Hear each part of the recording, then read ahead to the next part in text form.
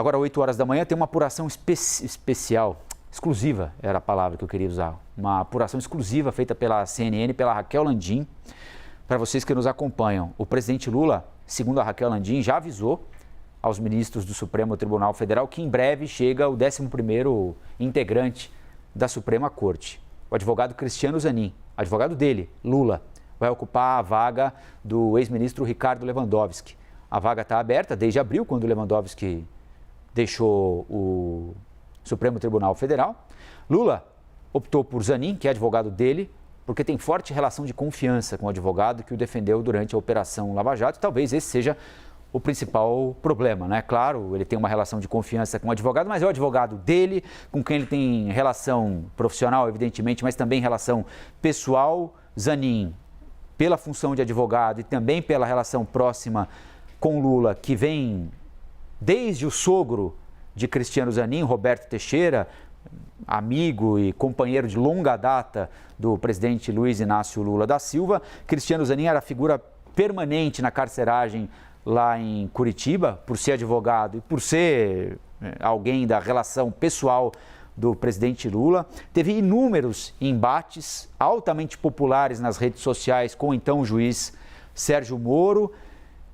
Do ponto de vista ético, vai ser uma indicação merecidamente muito questionada, não é, Uribe? Justamente. Luiz Inácio Lula da Silva, nas conversas reservadas com alguns ministros e empresários, viu, Colombo, tem dito que quer alguém que lhe seja caro, ou seja, ele diz que errou em algumas indicações passadas, dá o caso, por exemplo, do Mensalão, alguns ministros que ele indicou que acabaram votando contra o PT, claro, a independência do ministro do Supremo Tribunal Federal.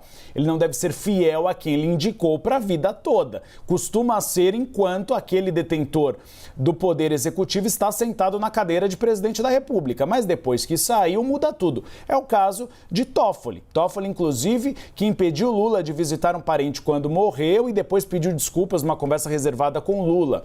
O que nós temos no cenário agora é que é um segredo de polichinelo, que Lula vai indicar Cristiano Zanin. Isso ele já tem dito desde que foi eleito presidente da República. A questão é o prazo. O breve não é tão breve assim. Ontem eu conversei com alguns integrantes da Esplanada dos Ministérios que me disseram que Lula quer indicar no início de julho, antes do recesso parlamentar.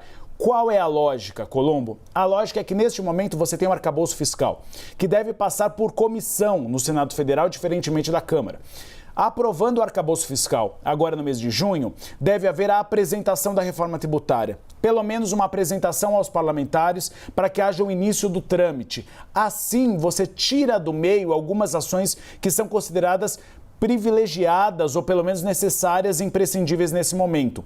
Início de julho, Zanin seria apresentado à CCJ, importante Comissão de Constituição e Justiça, que tem como presidente Davi Alcolumbre, aquele que indicou o ministro da Integração Nacional, Valdez Góes, ou seja, um aliado de primeira hora de Lula.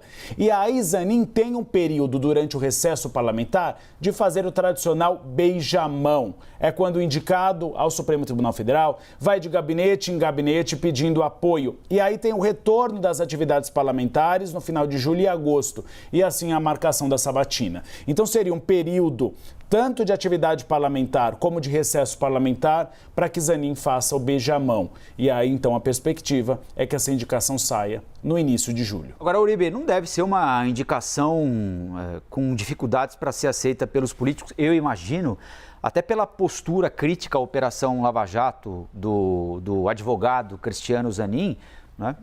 Isso é música para 90% dos ouvidos dos deputados, deputadas, senadores, senadoras, não é isso? É um garantista, né? É o perfil que o Congresso Nacional gosta, que toma decisões mais calcadas na lei, é um pouco mais seguro, não manda prender tão fácil. É o perfil de Gilmar Mendes, é o perfil de Toffoli, é o perfil de outros integrantes da Suprema Corte. O Congresso Nacional gosta. Nos bastidores, Davi Alcolumbre, que é o presidente da Comissão de Constituição e Justiça, que deixou André Mendonça esperando na gestão de Jair Bolsonaro durante 120 dias, porque André Mendonça, no passado, já tinha elogiado a Operação Lava Jato. Então, Davi Alcolumbre até esperou 120 dias para ver se Jair Bolsonaro desistia e indicava outro nome, não desistiu, levou adiante. Ele já indicou que deve marcar rápido essa sabatina, provavelmente no mês de agosto, para que a corte então tenha 11 nomes. Então é um perfil garantista, há uma avaliação de que é necessário que o Supremo Tribunal Federal tenha algum ministro que seja da área penal ou seja criminal,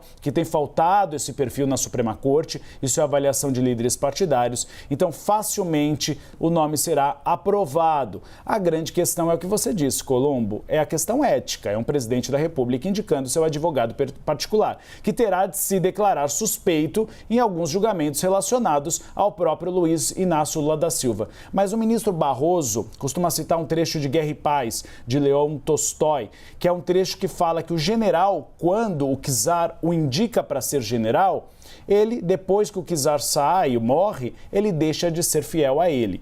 Essa costuma ser uma postura de ministros do Supremo Tribunal Federal. Depois que o presidente de plantão sai da cadeira de presidente, ele precisa se colocar na corte, em alguns dos grupos, para ter apoio. E aí acaba não sendo tão fiel ao presidente da República. Cássio Nunes Marques tem saído um pouco dessa regra. Ele ainda se mostra em alguns julgamentos fiel a Jair Bolsonaro e à linha da direita. Mas esse comportamento costuma ser seguido por outros ministros do Supremo Tribunal Federal.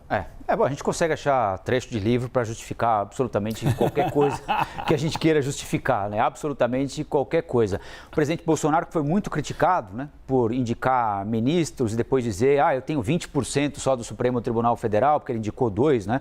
O André Mendonça e o Nunes Marques, foi muito criticado por isso no passado, mas agora o que o presidente Lula está fazendo é exatamente a mesma coisa. Nesse caso, é mais do que possível equiparar o comportamento de Lula e Bolsonaro, indicando o ministro, esperando chamá-lo de seu por tempo indefinido lá no Supremo Tribunal Federal. Se o Bolsonaro tinha 20, agora o Lula vai ter 10.